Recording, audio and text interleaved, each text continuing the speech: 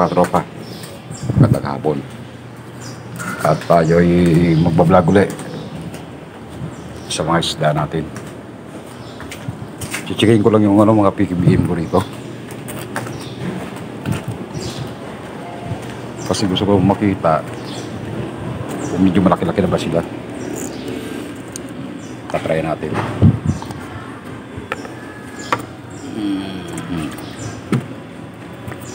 Yan, kukuhain natin dito.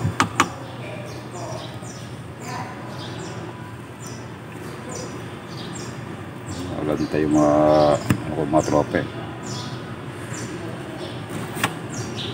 Kung may magaganda rin tayo.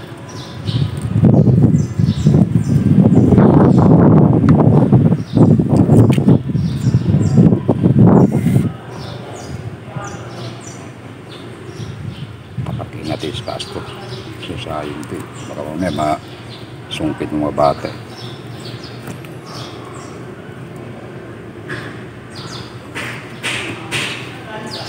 Hindi ko sila tutukan itong mga tropa.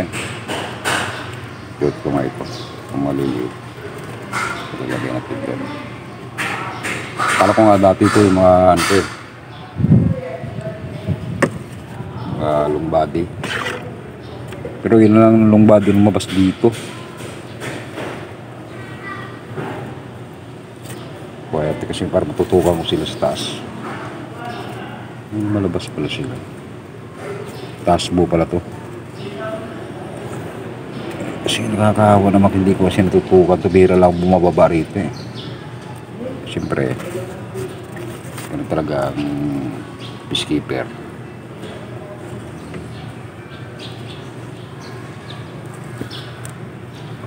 Kaya para maganda yung tingnan yung nila.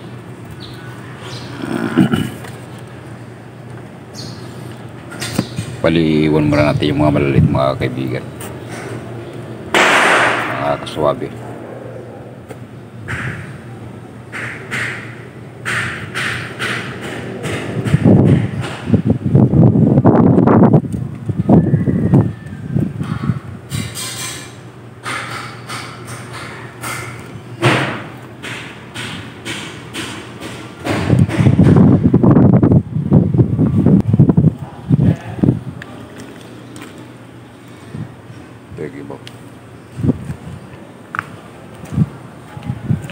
Papakain muna tayo.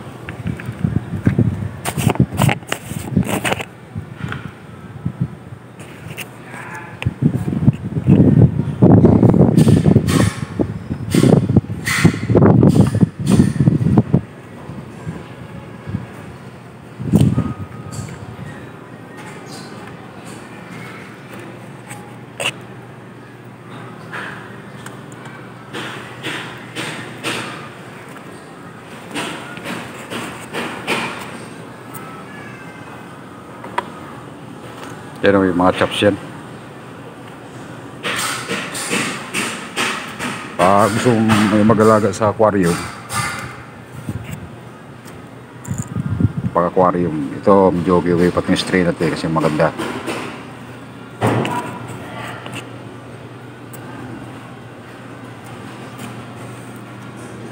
Mga long body.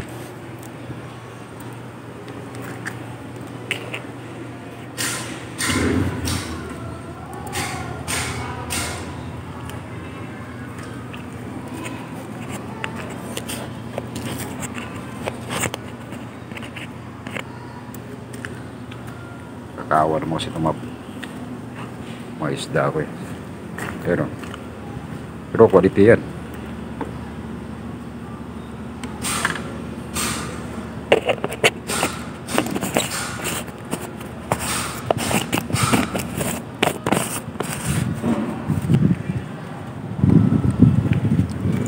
Tropa, papasilip ko sa inyo ang ganda ng katawan nito. Ganda ng kulay, no? Ayun,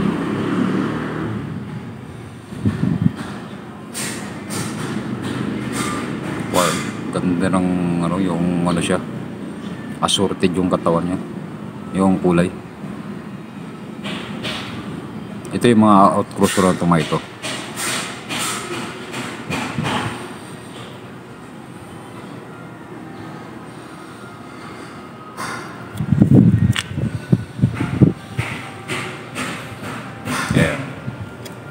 pa na change water ito mga ito eh.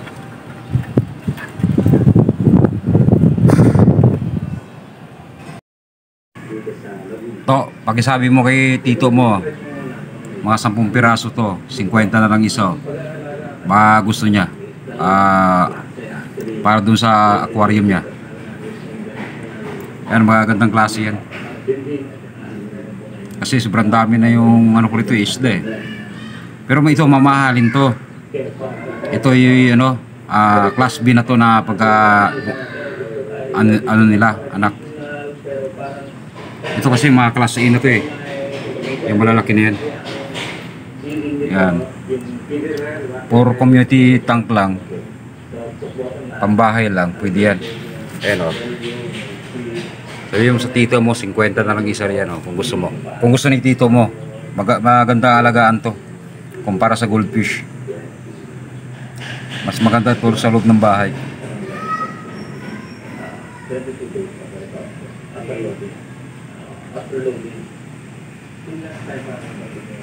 Kaya sabi mo sa tito, pakita mo sa tito mo yung video. Pero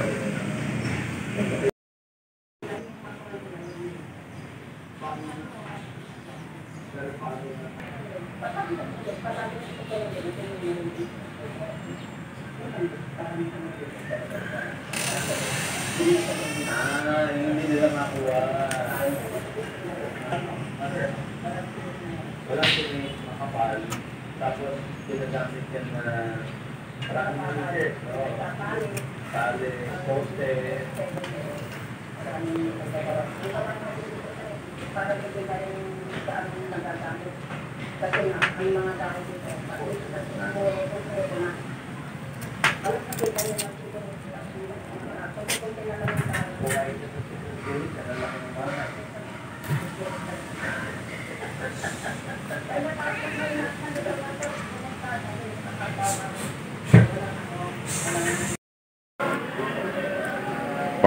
magandang hapon mga kaibigan. Tagal mag-drop ng mga ano ko. Feeding time muna tayo. Okay.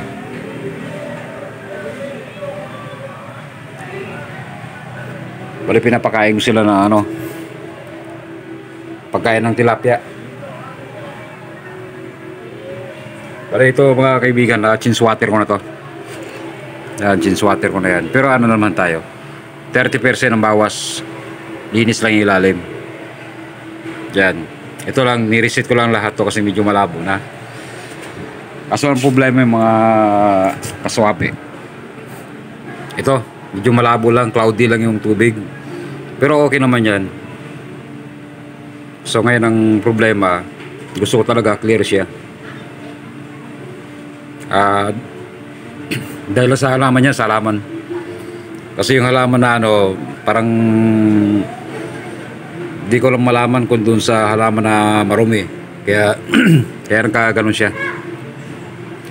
Kaya nagiging problema. Pero kung meron tong aerator, lilinaw to. Kaso lang problema, wala kasi akong ano rito eh. Papapagapan pa ako ng wire. Yan, papunta rito. Yan, dito.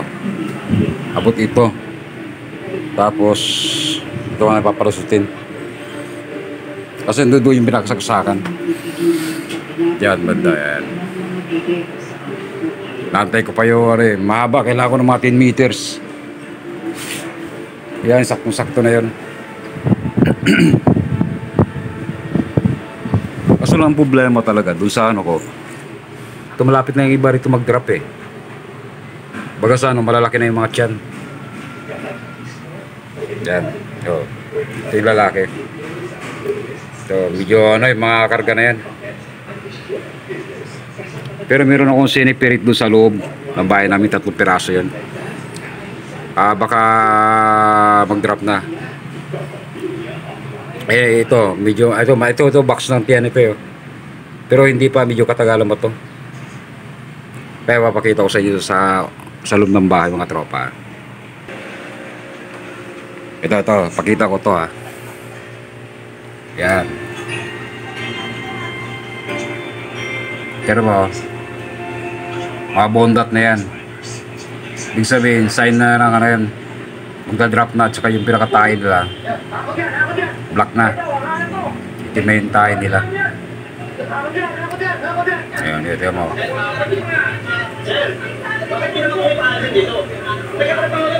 Mabutete na yun, no? Pero ang tingnan ko na sa iyo, hindi mo nakikita, nakakatabi ka eh. Baka nakakabara na kayo. Paano naman kami, sir? Ito lang nga yung hanap buhay namin. Ayun, mga box na yun yan. Pinagbigyan ko na kayo, titigas sa ulo niyo eh. Kaya, dahil sa'yo. Okay. Ito lang ang pinagkakakitaan namin. Next video na lang tayo. Sige!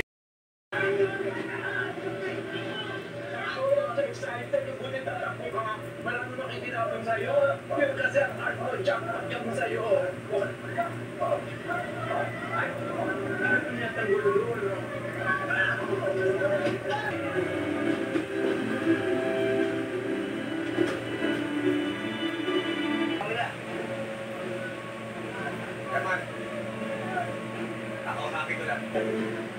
Chairman, kabayaan mo na siya.